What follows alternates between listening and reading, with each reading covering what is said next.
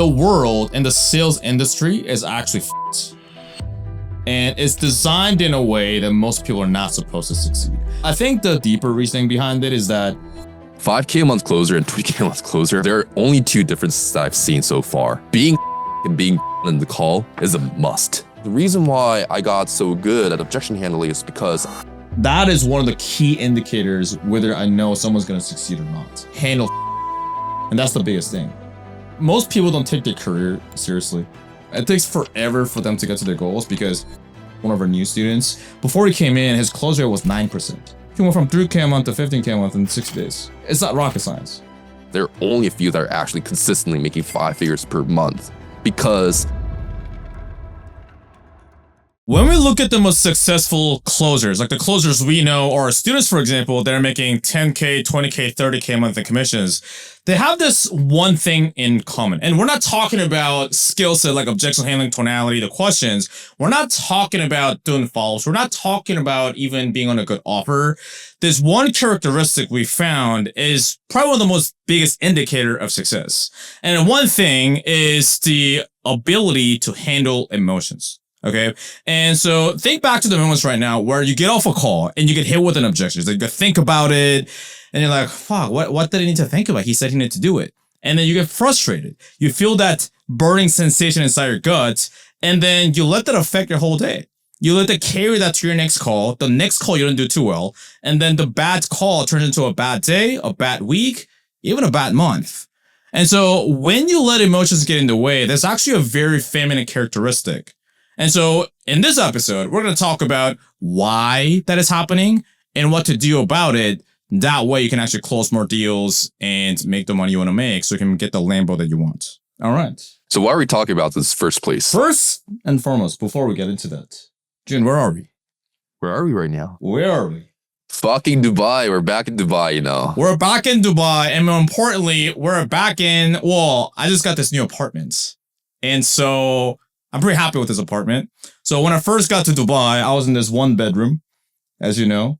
And the year after that, now we're in a 2-bed. It was a pretty good apartment. It's just the same apartment. You just got 2-bed, you know, that's it. Yeah, exactly. But dude, it's pretty sick. Maybe we'll put some B-roll in here. We got the Burj Khalifa, world's tallest building. In the background, we got a sick pool. We got a sick gym. We got a sick sauna. So yeah, it's Perfect place to lock in, you know. It's got everything. Yeah, life's good. We got cleaners coming in, and life is good, man. Most importantly, it's the company, no? Anyways, back to the episode. All right. So yeah, I mean, so there's something we've been talking about. It's like the more woo-woo side. You know, we talk about skill set and tactical, those kind of things. I don't like the word mindset because it's very like mainstream, so we don't like to use that word. However, I do find that it's very important that not that many people talk about being able to handle emotions and thoughts that we feel and we have. I found that that's one of the biggest indicators of success. What do you think? 100%. Like, I mean, in my personal YouTube channel, I always talk about it, but it's like a shameless plug. But 5K a month closer and 20K a month closer, I think there are only two differences that I've seen so far. That's like a common denominator, right? There are a lot of factors, but like being stoic and being grounded in the call is a must. If you really want to do well in sales, like can't be, I mean, we always say like, don't be like friendly, you know, don't be friendly, like don't be their friends. You have to be respected, right? It's much deeper than that. It's like you have to be comfortable with who you are, comfortable in your own skin, stay grounded. No matter what circumstances happen in your life or no matter what the process says to you, you're like a freaking tree that doesn't get shaken. For example, one example is like, it's not about word tracks or anything. It's about the energy. One of the things that I've done, and I mean, it's contradictory to a lot of like sales coaches, what they say is that if someone asks me for a price, yeah, there are times where I just like deflect it. There are times like I'm curious of their reaction. So I'll just intentionally put a price. It's 5K. Wow. You're not supposed to do that, Jim. I mean, I just do it just to check the reactions. That like, I mean, it's like they either be like, oh, like I can't afford it, and they'll like just straight up like ask questions from the next point. But what I'm doing right now is like I'm just saying, hey, like I'm not emotionally involved in this conversation. Right? I don't care about what curveball you give me. I'm just gonna do my thing. I'm gonna just stay grounded. It's the energy, really. It's 5K, staying silent, no justification, no apologies behind why I said it. It's just like, okay, No matter what you tell me to do, no matter like what you do in the call, I don't give a fuck. I'm gonna follow my process. I'm gonna make sure that I help you out, but I'm not gonna be wavered by whatever is happening in the call or whatever is going on in my life. That is separate. Yeah, 100%. Because what often I see on sales calls, because we review a lot of sales calls, right? And what'll happen is like a new closer, let's say they get a question from the prospect, it's like, hey, do you guys have a guarantee? Or like, hey, so how many coaching calls a week do you do? And then the closer feels a need to just keep justifying, keep trying to sell the program over and over again. Oh, it's 12 weeks. It's really good, man, because we help you with the da da da da. No, I have to just briefly answer the question and shut up. Yeah. It's like, yeah, it's 12 weeks. And stop talking. But I think the reason why a lot of people just talk too much and talk themselves out of the sale, because the more you talk, the more room for error yourself give. I think it's a deeper thing. It's like, what makes you justify so much and be apologetic about the things that you say? Like, what in your mind or in your programming or in your life tells you that you're not good enough? It goes actually deep, actually. A lot of it comes out to childhood shit. Yeah. Yeah. Like, why do you need to justify so much? Why do you need to do these, for example, like we both talked about, it's like awkward laughter. Oh, like, yeah, like, yeah, like, I mean, yeah, I know it's hard, but like I know, I need to ask this question, like, because, like, I just need to know your goal. And then they have these awkward laughter before or when they're asking the question, it's like, just ask the fucking question as it is, like, what makes you say that? Like, why do you want it? Why is it so important? That's done. You don't have to justify why you're saying it or why you're asking it. If they do ask why you're asking, just tell them then, But it's like you don't have to justify anything for what you ask, It's your call. They get on call with you. You didn't get on their call. They got on call with you, Yeah, 100%. Because they feel bad because that's what they feel. They need to just keep talking because they feel awkward. So they feel awkward sitting in the silence. It's not those cheesy things where it's like, whoever speaks first loses. It's not that kind of thing, the old school sales style. But if they ask you a question, it's like, hey, how long is the coaching call? Just answer and stop talking. Like, that's all we need to do. But a lot of people just feel awkward sitting in the silence. I think I'm lucky in a way because before I got into sales, I had a lot of awkward interactions because when I was 19, I legit couldn't look people in the eyes and start a conversation or even keep a conversation. And no one would pay attention to me because, I didn't know how to communicate with people. That sounds ridiculous for a lot of people, but I grew up in Korea, only child. And then, like throughout my childhood, I was getting bullied, getting all the racist shit in the world when I was going to school in America for a little bit. And when I was first trying to get better talking to people, because I knew that was a really important skill to have, what I did was I cold approached 50 girls or 50 random people for that matter a day. 6 to 7 days a week for 3 months for the whole summer. I can still do that. Yeah, I still do that, just not as aggressively as I used to. But what happens is there are a lot of awkward situations happen, right? Let's say you go up and let's say 2 girls are sitting down in the cafe. You can start talking to them, and then you say something, and they just kind of look at you, and then like keep talking. It feels awkward. But I've had a lot of those interactions that when I got into sales, it didn't bother me that much. I gotta say this, but one of the key things with hanging out with you is that whenever I go out, like after 10 seconds, I'm like, why am I alone? Where did Brian go? And then he's like, what the fuck? He's like talking with the girl over there, He's like, okay, how did it go? Well, oh yeah, I don't know, like Dubai girls. That's always their conversation. That happened we went to dinner last weekend. It's a recurring thing. Like I'm out, I'm looking for the taxi. The taxi is right there. I'm like, hey, bro. Where are you? Yeah. He was like, yeah, I got this girl's number. I was like, okay, cool, man. Just let me know, Yeah. No. You can't telegraph your next move. Yeah, like don't ever go to mall with Brian as well. Like this guy, like, I don't know, your mom probably have gone through a lot of shit, Like you're like disappearing out of the blue, I have mommy issues. You have some mommy issues. Back to topic. What we're talking about. So emotional resilience is definitely key because like you got to stay grounded. Whatever. Like one of the things that I graduated from is getting frustrated after the call or being like, oh, that call I totally fucked up. Oh, I should have done this. Right? I'm like, well, I'll just review it if I really fucked up. I'll just review it. And second of all, is like my mindset when I get on a call. My beliefs is that I'd rather not regret. I'll just rather say everything and burn the bridges of what I want to say in the conversation instead of being regretful of the call. Burn the bridges. Burn the bridges. Anyways, so I do not want to leave regret. So I make sure that I'm like doing everything I can in my power, right?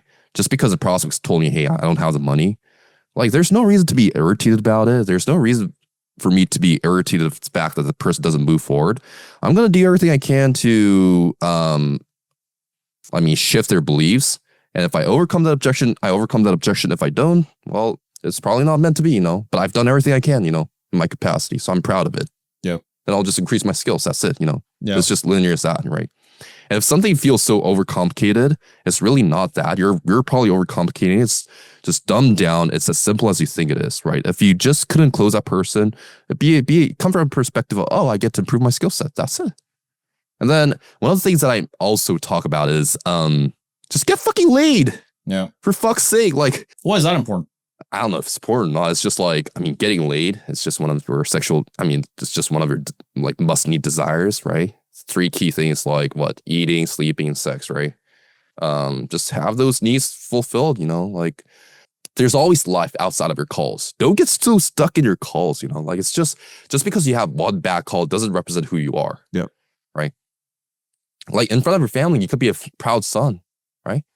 You probably haven't achieved shit, maybe, right? You probably haven't achieved that 10K a month, 20K, 30K, 50K a month as a closer, but loser. Oh yeah, but at least to your mother, like you're probably a proud son. Like have dinner with her, right? Or just like get laid. Like nah, they're a loser.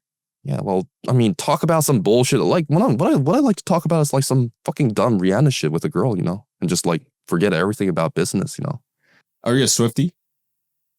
I don't know any of Taylor Swift songs actually. Like for real. You don't know culture? I guess I'm pretty primitive with that. Yeah. I know Michael Jackson though. Doesn't matter. Taylor Swift? Yeah. Is she a thing? Swiftie is a thing? Well, I don't know. I just I'll try to get laid. That's it. Yeah. No. What about you though? No, but I agree because I wasn't there, but when I was on Sales Sniper, there was a recording in the staff portal or somewhere. And it was, I think, Will Hinkson talking about in the company retreat. He was saying that, yeah, you guys come off way too tense on the calls. And I see that all the fucking time whenever like a new rep comes into the program. It's like, yeah, dude, we got to fix this because you can say all the right things. Like the cool, I think we can all agree. Whenever we turn on Instagram, we all see those like $69 million closer hey, no think about objection. And like you keep scrolling, you keep seeing all those over and over again. But those go viral because it looks flashy, right? It's like, oh, I'm gonna use that. But it doesn't work. It doesn't work as well if you come off too tense from the very beginning. And so people focus on the flashy things because, oh, like it looks flashy. They want to have the fancy stuff. But the fundamentals are not even right. So they focus on that. And then in the beginning, you come off tense. You look stressed. So what that does is it repels people. Yeah. One of the videos that I actually show to my students is the Tony Stark. There's I think it's Iron Man 1 or Iron Man 2, whatever it is. Tony Stark gets on an interview from a blonde interviewer, reporter, and she asks some difficult questions. The demeanor of Tony Stark back then, right? It's like, yeah, well, I'm not Da Vinci, like I don't paint, like he's like full of swagger. And doesn't get wavered by whatever questions. It's pretty sensitive questions. Like he doesn't get wavered by it, right? That's a demeanor. That's a swagger, right? It's like whatever the process throws at you. It's like I don't give a fuck. Like I'll just follow my process, right? I'll just stay in my ground, right? Like I said, it's 5K, for example. That's like unorthodox, but it's not about the words. It's the energy. Right? It's like I'm unapologetic about what I do. Usually, it just triggers to response like, oh, like what's included in that? Or like, hey, I don't know if I can afford it. I don't know if I can afford it. Either way, I'm going to be like, well, that is the reason why I'm going to ask you some questions because everything what I do is customized to what I am going to provide for you. So what is your current situation right now? Like how many leads are you bringing in right now? Like it just like naturally just does. I'm all about frame control. Like people saying I'm a huge word track guy because I post like word tracks or whatever. Yes, word tracks help, but I'm a huge frame guy. Like, what frame do I need to appear on in the call to make sure that I'm not fuckwithable, Like, you can easily. I made a Facebook post recently and said there are guys, and you agree with me as well because I want to hear your take as well. It's like there are guys that I just want to give an objection for no reason or just give like short, unimportant answers to sales rep. I don't know about your experience, but that was my experience. There are guys that I just want to get off the phone call, be like, just give us some bullshit objection and just like get off. Not because I don't want to buy the product. It's more like, who the fuck are you? Like, who the fuck are you to tell me what to do, Who the fuck are you to ask me all these questions? It could be the same questions, but if the guy's like competent, has frame control, right, and stoic, I'm like, oh fuck, yeah. I get that this guy's good, and I cannot fuck with this guy, you know. There are some boundaries that I cannot cross over, you know. But there are guys that are just completely boundaryless, and I'm like, you know what? I don't give a fuck. I want to get off the phone call right now. What about you? Yeah, for sure. I mean, we live in Dubai, so we get calls from telemarketers all the time from like banks and like these internet companies and stuff like that, right? And whenever I pick up the phone, I instantaneously know it's a telemarketer. And because of that, even though I have the time, like I picked up the phone for a reason, right? I was like, hey, I gotta go. Because they come off like a telemarketer. It's like, hey, sir, Brian, you know, I'm from da da da. I was like, yeah, sorry, I gotta go. You know? And then there are certain people where, as an example, like I just want to be vague with them because I know I can get away with it. That's the biggest thing is when like if you keep getting vague answers over and over again, and the prospect ends up hitting with the objection later, it's because mainly it's what you're doing or what you're not doing, and oftentimes it's you're not speaking with enough certainty, and you don't come off as human. And because of that, the prospect just keeps, yeah, you know, yeah, I just saw, yeah, da, da, da. They just keep giving you that because they know they can get away with it. You know, like as an example. If you're walking down the street and then let's say like you're waiting the line for Starbucks or something, right? And let's say some skinny dude, like a 4-foot midget comes in, you're gonna be like, hey dude, what are you doing? Right? But let's say you have like a 7-foot like big black dude with like tattoos, like he comes in like cuts in front of you. I guarantee you're more likely to say something to the midget, but not to the bigger guy. Because you know with the midget you can get away with it, but with the bigger guy you can't. So it's an unfair society, but if it's an unfair society, that makes all the reason why you need to be undeniably competent at what you do. Like there's no exception to this rule.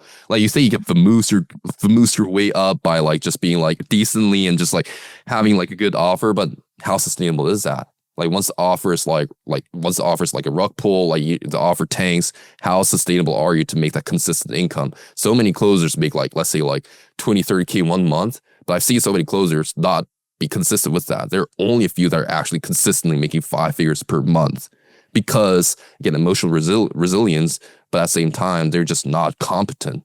They just don't deserve the offer, but because of the offer, they had a really good chance and just makes them laydowns here and there because of the marketing and everything. We're an unsophisticated market. And then after a few months, the offer is like shit. So they get into a relatively difficult offer. I mean, like, for example, like some guys were like closing for like done for you offers and they get 7th level and they instantly make from 40K a month, instantly making like 7K a month.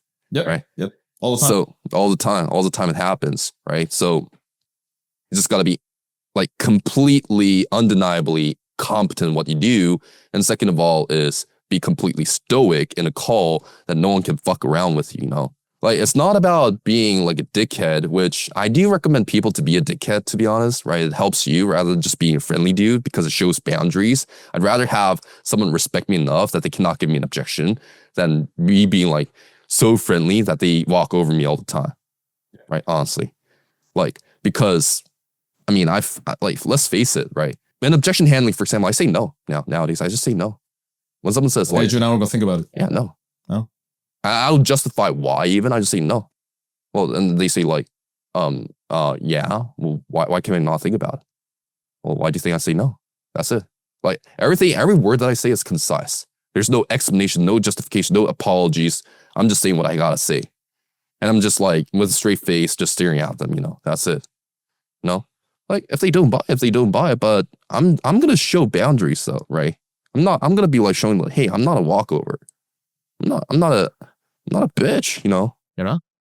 I am a bitch. I'm a little bit of a bitch. There we go. Yeah. The truth comes out. The truth comes out. Yeah. That was good frame control, by the way. Right. That was good frame control. Yeah. Exactly. Well, what's your thoughts though? Yeah, for sure. I mean, when you're under frustration or stress of some sort of emotions, there are two types of people, right? So let's take stress as an example. The first type of people is they crumble under stress. And so they're like, oh my God, why is this happening? I'm not closing deals and da-da-da. But the most dangerous part about those people is that they crumble under stress. They get very emotional. It's like, oh, it's annoying. It's irritating. I'm so frustrated.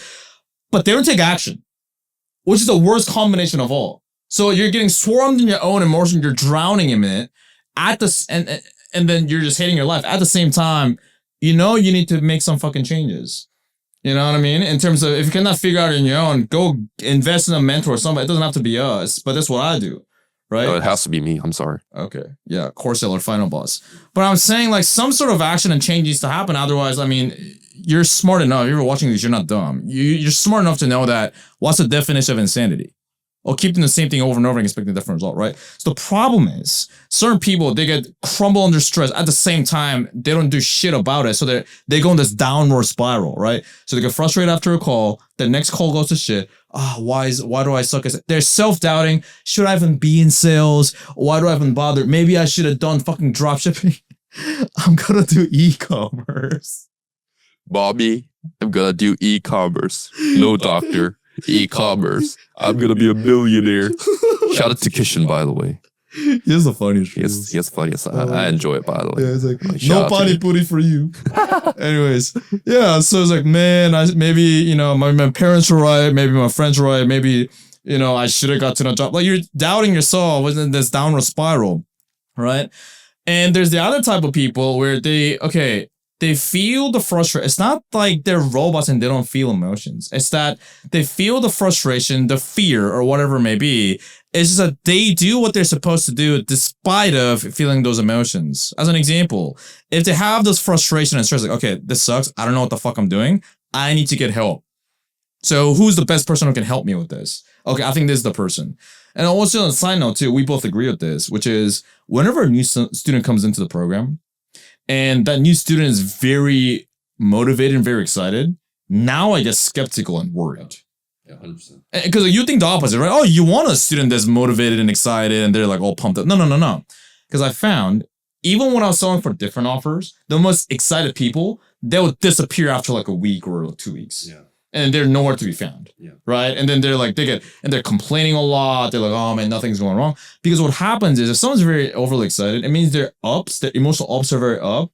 But what happens when their emotional ups are up, their downs are very low too. Yeah. So they crash very, very hard. I mean, we know people personally that do this, right? Not just outside of prospects, where they're like oh my God, I'm so excited, I'm so happy. And then the moment something doesn't go well, which inevitably does in life and sales, then now, oh my God, and then they just disappear. Yeah. So I found out like the best students that I've had, and I'm sure you too, is when they come in, they know they need to make a change, but they're quite even kill. They're like, yeah, man, like these are the problem. And they're aware of their problem because they've actually prepared because it's their own fucking life and career. Yeah, man, these are the biggest bottlenecks is happening and yada, yada, yada. And they're like, yeah, I need to do something. Yeah. So they're very like even kill, but when they come in, like Matt as an example, Matt is one of our new students. Before he came in, his close rate was 9%. 9. Okay. 9%. And then he was doing about 20 grand a month, something like that. Right. He came in 11 days into the program. So he went from 9% close rate to 72.7% close rate. And then I think he generated 44K in rev and collected like 15K in 1 week. Or something. Made 14K in 1 week or something. Yeah. So with him, it's like, yeah, I know I need to fix this. So he's like getting after it, right? Okay. Yeah. I need to get help. And I know you're the best person to help me, Brian. And we do that. And then, okay, in your situation, do these things. Because we do a one-on-one game plan session when students first come in. Yeah, do these. It's like, yep, done. They go do it. Same thing with Alex Savine as an example, right? Alex Savine, very even kill, very calm guy. So yeah, I don't have to make a change. Same thing. I tell him what to do. Yep, Brian, thanks, done. He doesn't question it, does it. He went from 3K a month to 15K a month in 60 days. Yeah. It's not rocket science. Yeah. And this is what I'm training. I think I'm relatively, I don't know why, but the females always crush it in my, whenever I coach them. I could name a few. It's like Noelle, for example, or Victoria. What I've trained them on the most was frame and just emotional, like, stability. It's not like women tend to be more emotion driven, like feeling centered, which is why they're great listeners and they're empathetic. But when it comes times where like someone like, for example, tests them, like they tend to crumble under it. So what I told them to do was, instead of being the friendly girl, just save your energy on that and just stay calm, right? Hey, welcome to the call. Like, how's it going? Right? That's good enough. It'd be like, before that, they were like, hey, happy to see you. Where are you calling from, by the way, honey? Like, they were all doing that. I was like, hey, that's dropping frame. And that, honestly, isn't that more tiring than just being like, hey, welcome to the call. How's it going? right? Isn't that more time? And they were like, yeah. Once they made that small shift, like Victoria, for example, she went from like 1.5K to like 8.2K a month in like 45 days. Noelle, the same thing. Like she's making a bit more money. I think she 1.5x her commission, but she's like working half the amount that she was working for e-com shitty offer where a lot of girls really complain. Anyways, like that's another story. The guys that have introduced to the offers, like from my network, like for example, Mark Aston or Dan Ruffley, they're all like number one.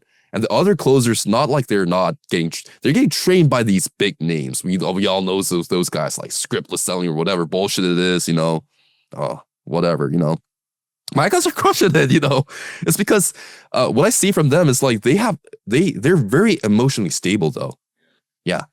Dan Ruffley I think it's like 21. Mark Aston, I think it's in his 40s, 30s, 40s. I'm sorry, bro, if it's 40s, They both, they're like total different ages, but they have both emotional stability.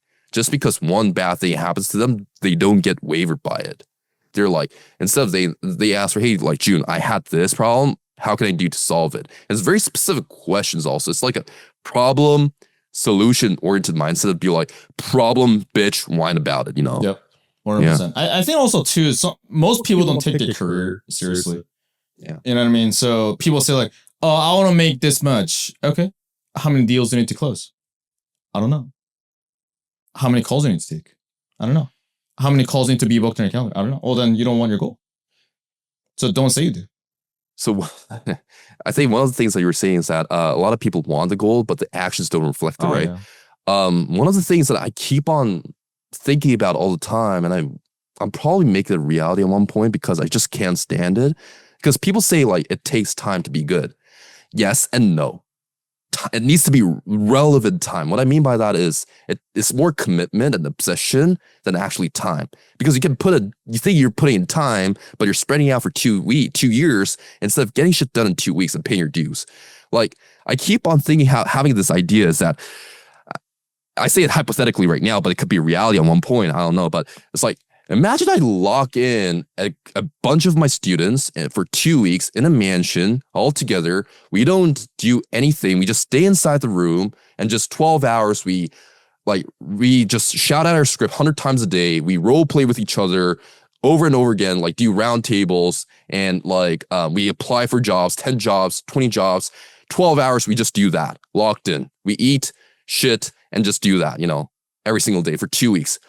2 weeks you come out, how can you be the same individual? I just think like it's gonna be you might not be great at closing. You might not be the greatest salesperson, but once you get it out of that 2 weeks, how can you be bad at what you do? Like that's my thought process. It's like the guys that do extremely well, like Davin, for example, who made like zero, he's a sales virgin 9 days ago. Now he's making 20K a month. Like those guys obsessed over 12 hours a day, like repeating the same script over and over again. Like, how can you be bad if you put in that much repetition? Like that's why I'm saying it doesn't take time. It takes commitment. Yeah, I think people use it as an excuse. Oh, but time takes time. Yeah, but using it as a cop out. Yeah. You're using that as an excuse. So it's like, yeah, time, yeah, but you saying that more is taking you more time, dipshit. As opposed to like, you know what? No, like let me put in the urgency. Let me get the right skills. Let me get the right training, and let me do what it takes. Like, imagine you like being locked into the island for 12 hours a day, like 2 weeks straight, and you just keep on repeating the same script over and over again. Yeah, it's not sexy, right? It's not like the best way, I guess, right? But how can you be bad at what you do after 2 weeks? Like, tell me how. I don't think it can be bad. And you might not be the greatest, or you might not be good, but you just don't like this. I think it's just impossible that you can be bad. I want to test it out at one point in my life. That's one of my bucket lists. Just like lock in with guys, 2 weeks, complete newbies, in 2 weeks, see how they do. Let's just lock in for 12 hours a day. But like, it's just in my mind, it's just like, yeah, like, I mean, if you obsess over it for even 2 weeks, you'll get ahead than a lot of these wannabe closers that just claim that they're closers, but they never make more than like 5K, 10K a month for 2 years straight, Yeah, but also another thing is like they think that they're doing well. Another trap I see too is, compared to people my age, I'm doing well. Compared to other people in this, dude, who gives a shit about people your age? Because if you just compare yourself to those people, what standard are you holding yourself to? the same fucking people. So you have a low standard, which I think is another reason why people say, oh, time takes time. It takes forever for them to get to their goals because they have low standards. And the people around them have low standards. Yeah. And because of that, there's like, oh, it's okay. For them, it's normalized, right? So whenever, new students come in, they tell me, oh, Brian, like I'm amazed, and it makes sense why I've been complacent because I didn't have this level of accountability and this high standard. Because whenever people come in, like I'm very blunt and direct. So like, I'll tell people, I just got off a coaching call with a one-on-one coaching call with a student. And then he's like, yeah, Brian, my calls are too long. Okay, cool, man. Like, do this. So I told him exactly how to shorten the pitch, exactly how to shorten the discovery. And then, so we had a check-in call today, which is like 4 weeks from then, right? In between, we had some other calls too. But I was like, yeah, man, how's it going? Yeah, my calls are still long. What do you mean? I told you to do this. He's like, oh, yeah. And then he didn't really do it, right? So like, hey, man, how many times have you watched that one video that I told you to watch? Oh, once. But you just told me you don't understand it. Yeah. So why did you only watch it one time? So God love him. He's a good dude. But I said like, hey, dude, because he's one of those people like very like motivated. He's like, yeah, I'll do that. And then he was kind of excited when you came in. I was like, dude, it's great that you have great ambition, but your actions need to match your ambition. And for most people, their actions do not match their ambition. Yeah. And that's the reason why they're not where they want to be. Yeah. As opposed to, another student, for example, Matt, he told me the same problem, the same exact problem. He's like, yeah, my calls are too long. How long is it? Yeah, I was like 1 hour. Okay, cool. Do this. One day after, his calls are now 30 minutes long, closing at 70%. Before he was at 9%, it take 1 hour. So I'm like, he went and did the thing. You know what I mean? So it's very simple. I remember it's this full circle moment because when I was on 7th level, Matt would tell everybody on the sales team, he's like, hey guys, track your data, do your outbound, do your follow-ups, do your referrals, like a million times. First time I heard that, I started tracking data. Yeah. Because, it makes sense. Matt's better at sales than I am. He got the results that I want. So I go to the thing that this person is telling me to do. Is that fucking rocket science? So I did the thing, and apparently I was like the only one who did it. And so, like a week or two after, Matt's like gathering around the sales team. Hey guys, raise your hand if you track this metric. And I raised my hand. This metric, me. This metric. So I was the only one raising my hand for like 7 or like 14 different times. And so Matt was like, Brian, how many sales did you make last week? I said 14. Matt's like, there you go. He actually has it on his YouTube channel, like that exact clip. And so it makes sense. Like, okay, here's your problem. Here's how to do it. Go fucking do it. It's not that hard, right? Or is that hard? So that's a legitimate point because for me, I didn't go the leap path. I had to go like really tough path, I think it's like 3 years ago now. I think, time flies, 3 years ago.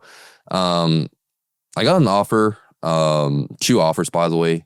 One was with Adam Paul Taylor, a guy named Adam Paul Taylor, and another guy named Zach Rawson. Shout out to Zach, by the way, really good dude. I was underperforming actually over both offers, right?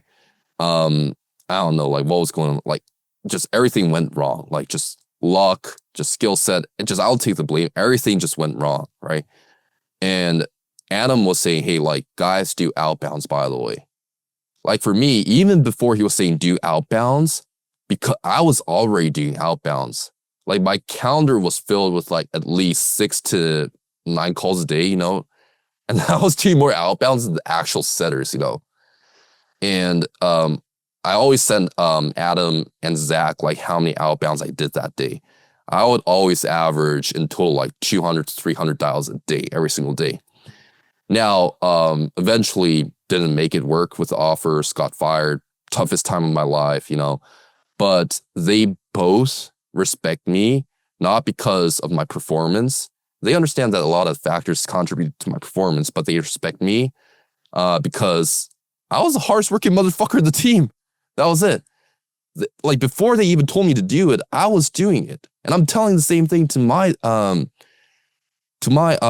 students as well, is that if you want to be good, like you have to put in the undeniable numbers at times, Like the reason why I got so good at objection handling is because I was calling leads that were pitched before like 7 days ago by another closer. And they were like saying, oh yeah, that company. Yeah. Like, I didn't move forward because I didn't. And I was like, doing money reframes and everything with them, And I was like doing real life objection handling while others are fucking role playing or I don't know, like fucking jerking off, like watching YouTube videos or for fuck's sake.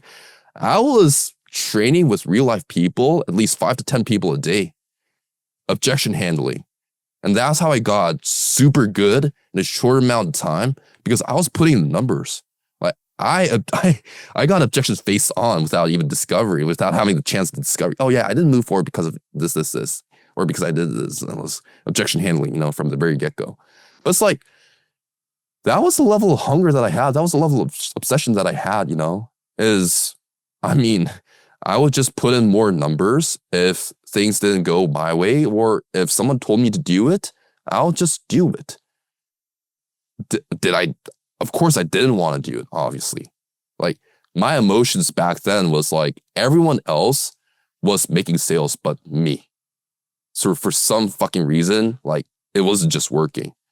What I did was, instead of bitching and whining about it and like watching YouTube videos and be like, oh, shit, I was dialing the phone. I was.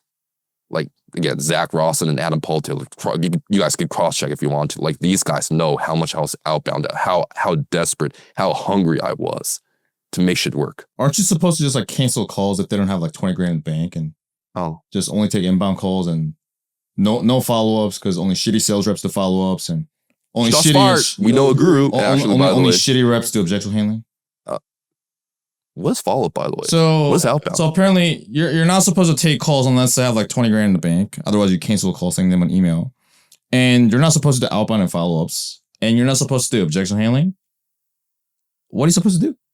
I don't know, like sip cocktail on the beach and like take 2 or 3 calls, work less than 20 hours a week and make 10K a month. Makes sense. By the way, I have an opinion on that because that is 100% true. I've done it, by the way. Working less than 20 hours, like you've done it as well. Like when you're in the vacation in Korea back then, right? You were working less hours and you were just enjoying Korea and just like banking like 10, 50K a month. Yeah, you could have made, if you really worked hard, you could have made like 20, 30, 40K a month, but you decided to intentionally slow down. So you did part-time. For me, I did the same thing. I did the same thing. I was like working part-time at some point and just like banking like 10, 20K a month, But we both know that we paid our dues to get to that point. So sipping cocktail in the beach and closing from your laptop, I believe it. I know it's possible. I've done it. But that came with a lot of sacrifices in the very beginning, though. Paying my dues, making sure that's... Because if you really want to do that, you got to be really good at long call closing people, You got to be really good at making sure that you collect money in the phone call, then rather than doing follow-ups and slot utilization. If you really want to work less, then you got to be good. What do you need to do to be good? You need to have the right guidance, have a brain, and the repetition behind it. Right? It's not experience, it's just repetition behind it, right? With the right guidance. Then like pay your dues, put in the numbers, be exceptionally good at what you do to the point where like closing from the beach, making 10K a month is possible, because it's 100% possible. I know guys who've done it. Yeah. But here's a suspicion I've come to recently is that the world and the sales industry is actually fucked. And it's designed in a way that most people are not supposed to succeed. Because when you look at social media, it seems like, oh, dude, everybody's a $69 billion a month closer because all the videos are like that. But when you look at it from like a data standpoint, no, like most people struggle. You know what I mean? Like, the people that hopped on our calls, like most of them are doing below 10K. I think like some people are doing like 10, 20 grand a month. They only get to like 30, 40, 50. But, most people, they're doing below. You know what I mean? And so there's a specific reason for that. And I think, like the logical surface area is like they don't have the skills. Well, no shit. But I think the bigger, deeper reasoning behind it is that going back to the original topic of this podcast, which is people let emotions control them, not the other way around. So whenever they have frustration, then they crumble. It's almost like the emotions and the thoughts are the puppet master and the person is their little puppet, right? So it's like, hey, you feel fear? Hey, stay inside of your comfort zone, little doggy. Stay inside of your comfort zone. And they're like, oh, you know what? You're right. It's too scary. And they just stay in. So they listen to the thoughts. But here's an example that I started giving to our students is that as a human being, we're supposed to have thoughts and emotions. Yeah. We have chemicals in our body. It's just normal, right? And so the difference is that the difference between successful people and people who don't succeed is what they do when they feel those emotions and when they get those thoughts. As an example, most people, what they do is, like I said, they get bogged down, right? They get self-doubt or frustration or fear. They let that hold them back from taking action. And so, but the successful, like they do it in spite of that. It's almost like how I look at it these days is like when you have those thoughts and emotions, just simply observe. Because if we look out the window, we're going to see different cars going by, right? And so as the cars go by, it's not that we have to jump on those cars or get hit by those cars. What we simply do is we can simply, okay, cool, there's a white car. And maybe some cars, they stay in front of you and they just stay there for a longer period of time. Fine, it's fine. We don't have to get hit by those cars. You know, oh, cool, another car. So same thing is like whenever you feel fear of like, oh, do you know, what if this doesn't work? Cool. That's my fear speaking. That's my fear speaking. No big deal. So you let it be, and then eventually it dissipates. And it sounds very woo-woo, but something I haven't really openly talked about much is that I used to have anger issues. So after a call or something that didn't work out that well, I would get so frustrated. I couldn't control myself, the own emotions I feel. I would literally punch walls.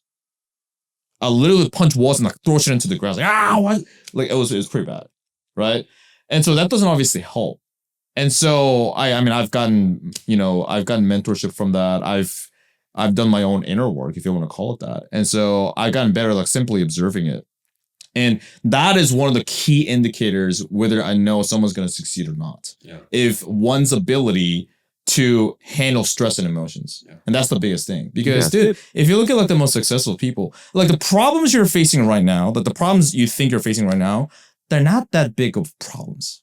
So if you crumble under stress like that, just for context, we're in Dubai right now. Across the ocean, not that far, is Iran. Now, if you've been following the news, you know what's happening to Iran and those neighboring countries. They're getting bombed on right now. Okay? And so those people, what did they do wrong? Fucking nothing. In their building, they're getting bombed on because of whatever fucking reason, right? Compared to that, like the amount of stress that you go through, bro, it's not that bad. And that's not to say, hey, be comfortable, keep doing the same thing and be complacent. No. I'm saying objectively analyze the situation. Okay, cool. I'm not good at this. This is the biggest bottleneck. Okay, cool. I need to fix it. And then what do I value more, money or time? And if I value my time more because time is finite, money, when you have the skill set, you can keep making more. In that case, okay, cool. I'm going to buy my time.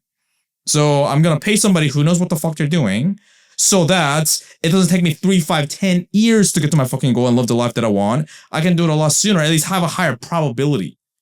Okay. Does that mean that you will get there within like 90 days, 100 days, whatever it may be? Maybe not, right?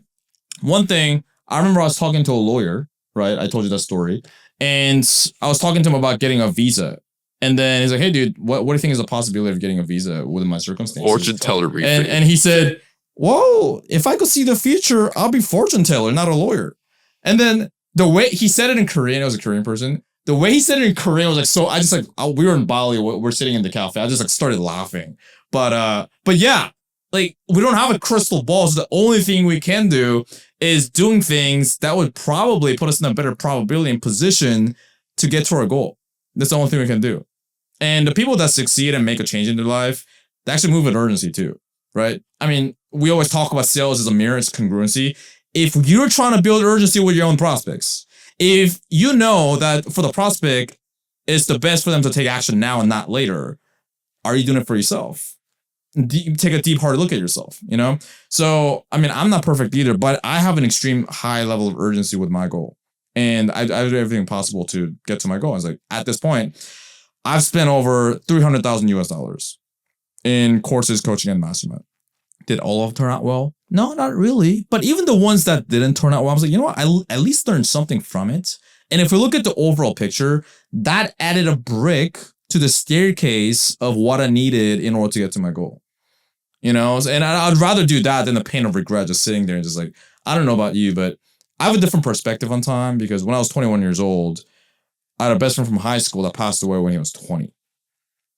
And so even since at a younger, I think even like younger people have this problem where like, they may not say it, but they subconsciously don't understand it. And because of they think they have time. So I'm still young. Biggest trap ever. And when I see people that are older, like 30, 40, 50 years old, and you can see the regret in their eyes. Yeah. It's like they wish they would have done something way earlier. Do not be like those people. Well, the reason why I operate with so much urgency is because my father passed away when he was 43. My uncle passed away when he was 42. So genetically, then, because there are only just 2 men in my bloodline, is that genetically, then, how many years I have left? I have 13 years left. Then, so it's like, okay, I'm just gonna assume that I have 13 years left, right? If I live more, then I'll just consider it a bonus. But right now, I have 13 years left. 13 years, I can live a mediocre life that I've decided again. That was under my decision, or under my decision, I can just live the best life. I might fail, but I'd rather fail. Like we always say that all the time. Like I would rather fail than just feel the level of regret. It's like, at least I've tried. At least I've done everything. Okay, maybe that was outside my capacity, maybe. Which, honestly, like, come on. Like, if you're 100% committed to getting the results that you want, I say this all the time. If someone asks me, is my results guaranteed? I'm like, if you decide to, that's it. Like, if you decide, like, for me, my results that I want in life, it's guaranteed. I just like to believe that it's guaranteed, whether it's true or not. It's guaranteed. Why? Because it's under my decision. I decide to be delusional. Okay, cool. And I'll just decide who I decide to become from today, moving forward to get the results that I want. Like, it's just a decision.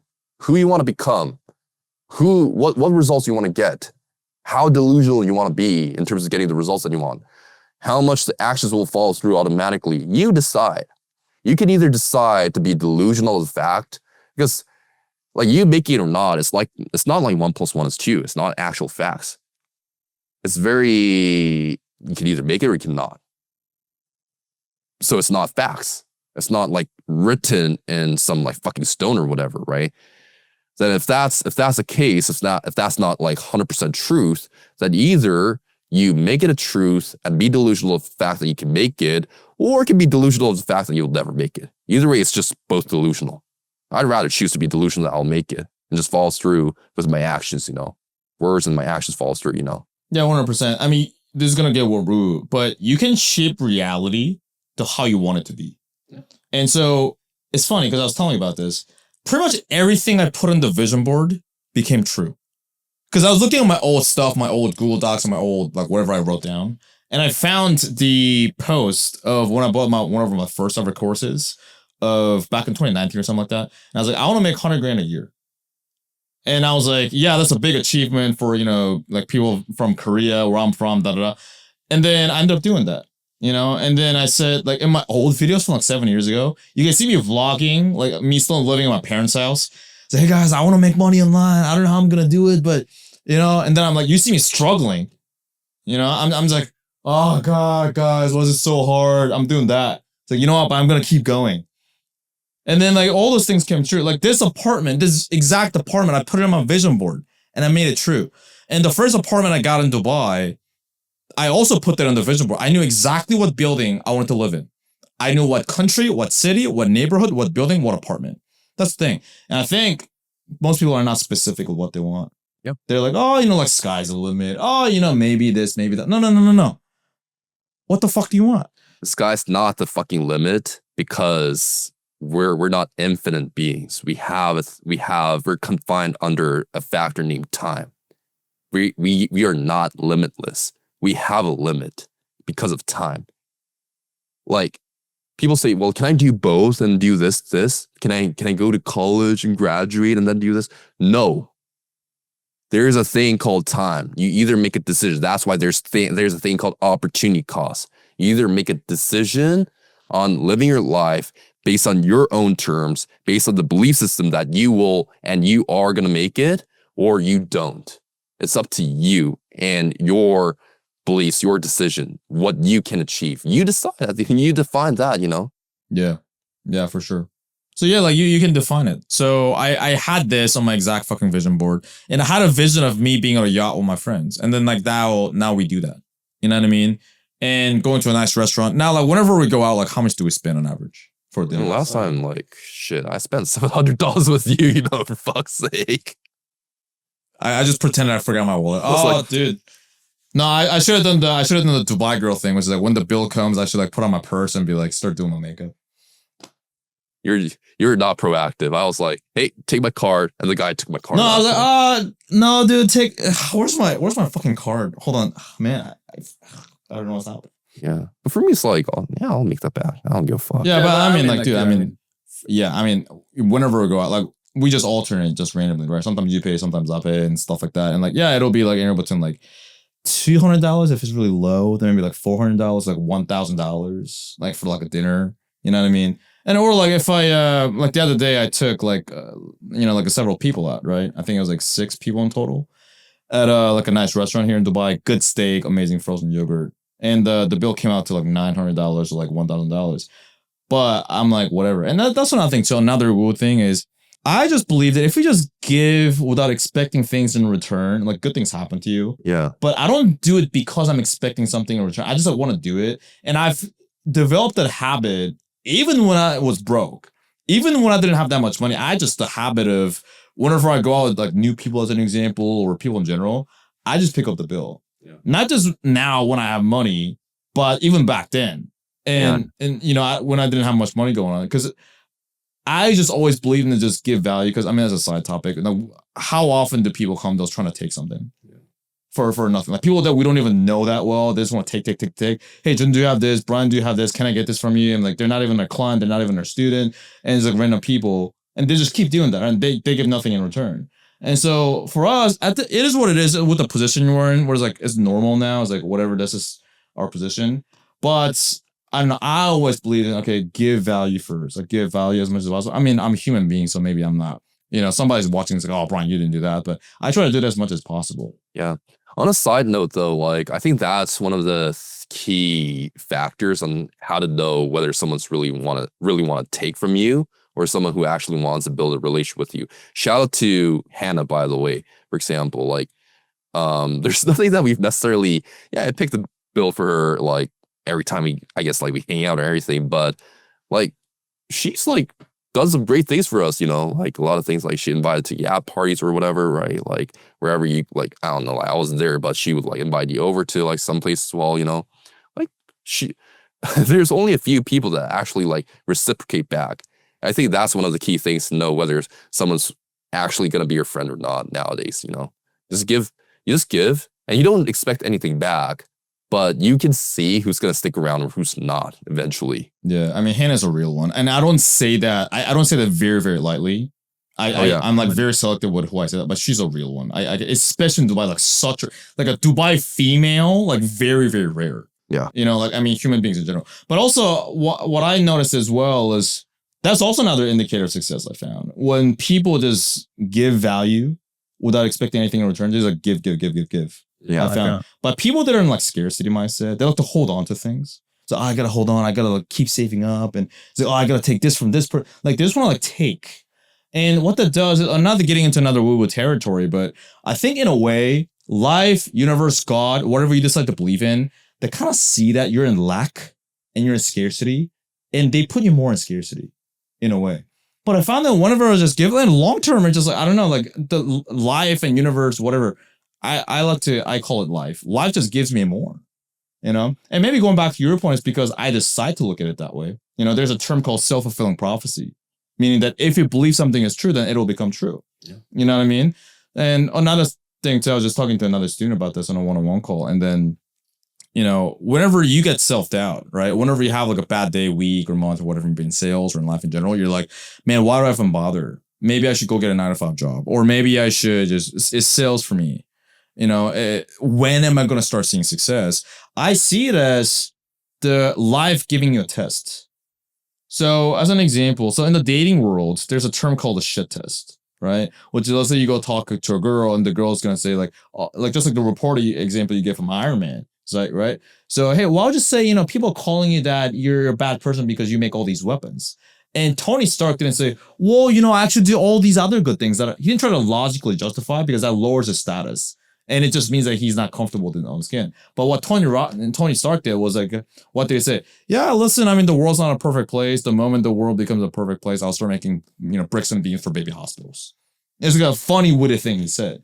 So that's passing a shit test, right? Girls will do that to see what you do. It's like, oh, do you say that to all the girls? Is it a cool pickup line? So most guys will be like, oh, I just said it because da da da. But I've seen guys that are naturally good with women. They're like, oh, just my mom and my grandma, and they're like over exaggerate, make a joke out of it, right? So how I look at these moments where like, oh man, like things are not going the way I wanted to, like it's being tough. It's almost like life throwing you a shit test. Whenever a girl says, do you say that to all the other girls? I say, no, it's 5K. It's like pay up. It's 5K. Exactly. Pay up. Yeah, that's good. Yeah, so going back to that, the life's throwing you a shit test. So they're saying, hey, you say you want to make 10K a month, 20K a month. You say you want to retire your parents. You say you want to have a nice car, a nice apartment, all this amazing life. Are you worthy of it? Are you worthy of that life? Because I'm not just going to give it to you because then I have to give it to everybody. Then that would make it not valuable anymore. So I'm going to throw you some tests and some obstacles. So I'm going to make your life difficult on purpose. I'm going to give you these bad weeks. I'm going to give you these moments where you doubt yourself. And I'm going to give you these moments where most people quit and they do not persevere. And are you going to be one of the few people that persevere in that moment to get this prize at the end? That's how I look at it. One of the life quotes that I live by, and I think I heard from Alex Hormozy. Alex Hormozy probably heard from somewhere else, was the reason why it's hard. The exact reason why it's hard is the reason why I do it. Yeah. I do it because it's hard. Oh, okay. So the perspective is, instead of saying like, oh, it's so hard, I don't know. So be like, oh, it's hard, so no one else is going to do it. Oh, I get to do it then? I'll do it then. Right? I mean, making the money that you want, like, first of all, you don't have to believe that it's hard, because I don't believe it's hard, to be honest. It just requires obsession and commitment, and you just have to put the right time and the effort. That's it, right? With the right vehicle, with the right people, right? I personally don't believe that it's hard. And even if it's hard, if it's harder, then great. No one else will do it. You're the only privileged one that would actually push through and do it and go get it. So look at it from a perspective, oh, I get to do it, then instead of be like, oh, fuck, like so fucking hard, like I'll just rather crumble under pressure. One of the things that I want to talk about is like, I get a lot of inspiration from sports.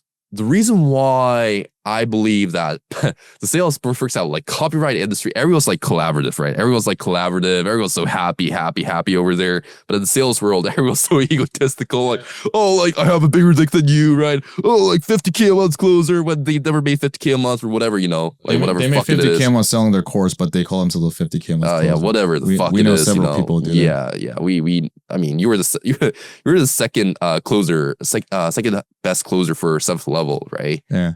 And we know your numbers. And the guys that claim that they were in 7th level and made 50K a month. I was on the same offer as you, bro. Oh, yeah? We both know you didn't hit that. Yeah. But here's the thing. I get why it's so competitive and why so egotistical, is because sales is so much like being an athlete. Like it's like I think it's like 99% identical. I don't watch basketball, but let's put basketball into the equation here for a second. Like Kobe Bryant, he became the best, right? How did he become the best? Did he just like crumble under pressure when just shit gets harder, or did he just go to the gym at 4 a.m.? He had ice water in his veins. Right. And like no one has to live life like Kobe Bryant. I don't want to live life like Kobe Bryant, but if you want to mimic at least 25% or 50% of what you've done, then just like even match that level of effort, right? Because I don't know a lot of basketball players, but there must be players that even put 50% of the effort that Kobe Bryant or LeBron James put and still become successful, right? Like if you ever feel like you're going through a whole slump or you're going through tough times, look at the top athletes, what they're going through. Like what you're like, you're complaining about your live, you're complaining about the call, but your call is just like one-on-one and it's just recorded over Zoom. No one fucking watches it, like you probably watch it over and over again. But these guys like LeBron James or Kobe Bryant or whatever, like these NBA players, the whole world, I don't watch, but the whole world watches them. And they get, the next day, if they don't perform, they get fucking criticized for what they do. The amount of pressure. No one fucking watches their call. There's no fucking audience. And you crumble under that? Like, fuck. Like, what does the top athletes do, right? Like, just because they had a bad week or even bad month or even a bad season, what do the top athletes, they bounce back? How do they bounce back, right? it's like we can see a lot of clues from sports exactly because it's very competitive. It's like being an athlete over here. You get what you kill, right? Like that's how I see it. It's like whenever I was like discouraged, I'd be like, well, I mean, no one's looking at my call, no one's really watching this because if I were to do basketball, for example, my whole entire game tape is exposed by if I make a fucking stupid slip, for example, the next day, it gets millions of views from YouTube and everyone's humiliating me. Well, no one's humiliating me right now. I'm just like, it's just a Zoom call, So it's like, what are you so scared of, That's my perspective. Like, I just like to see things from a sports perspective. It's like, okay, well, these sports people, what distinguish the successful ones and the unsuccessful ones, in sports? Well, there we go. Like, you can just adapt same thing, same mentality to your own career, Yeah, 100%. Yeah, so Kobe Bryant, I draw a lot of inspiration from Kobe. And like you were saying, not everybody wants to be Kobe Bryant. Because I thought I wanted to be Kobe Bryant. Then I realized, no, like, I don't want that life. Because it sounds cool to say I want to be like Kobe Bryant, I want to be like David Goggins, I want to be the best. But are you willing, not just saying, but are you actually willing to do what it takes to be the best? Because it's going to require a lot for you to be the best. That's the whole point of being a fucking best, right?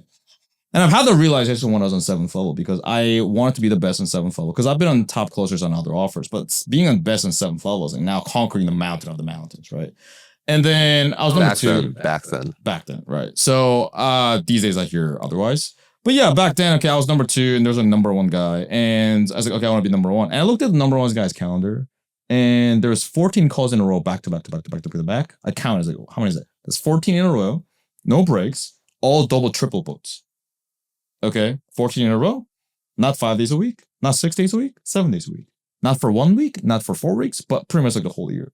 And when I looked at that, first of all, okay, like, yeah, respect. And yeah, I'm not willing to do that for the entire year. For a period of time, yes. So I just have to be honest with myself, right? Okay, I want to be to a certain degree, but I'm not going to do that. So I was honest with myself, right? And I'm totally okay with that. I'm okay with the consequences. You know what I mean? But also you got to realize that if somebody watching this, you got to realize that it's not going to come for free. There's no such thing as a free lunch, right? You got to put some effort, some determination, some level of commitment. And you got to be okay with what results do I want and what am I okay with not getting, right? So that's number 1. But going back to the Hormozi thing, there's one thing I really love about what Hormozi said, which is I cannot lose if I do not quit. And whenever I go through like a tough time or whatever it may be, I just say that out loud to myself all the time. Like as an example, like I'm on the calls for like 10 hours in a row and like shit's breaking. And sometimes I'm like, what even bother, man? Then I realize, like, no. This is when most people quit. And that's why they don't get what they want. But I cannot lose if I do not quit. Because everybody else will fall off. Everybody else will fall off because shit gets hard. So the moment you're going through right now, if it's tough, good. This is when most people quit. And if you quit like everybody else, then you become like everybody else. Are you pointing fingers on me right now? Yeah. That's when you become everybody else, right? But if you don't, if you persevere, and if you get the right help, then you persevere. That's the thing. It's a law of attrition. Everybody will fall off. It's like going out, and let's say you go up and talk to like a group of girls, right? And you want to talk to the blondie. And then like the fat friends want to go to McDonald's. So she fucks off. And the responsible girls are, hey guys, I got to wake up at 6 a.m. So if you see it in the dating world, I love that phrase, which is be the last dick standing. And if you're the last dick standing, then you become the dick that gets set on. And so if you just stay there with your goal, if you be the last dick standing, then you will get set on. With a 10K a month, 20K a month, 30K a month, whatever you want. Retiring your parents, being on that yacht, having the nice car, being the nice crib. You can have that. But not if you quit like everybody else. Not if you let your fear and stress and emotions control you and you become a little puppet. You're so nasty. Yeah. So if you want to see more tactical stuff and where we deliver this in like a less ADD manner, you can go to each of our YouTube channel. Okay. I'll link that in the description box below and we'll see you there. Peace out.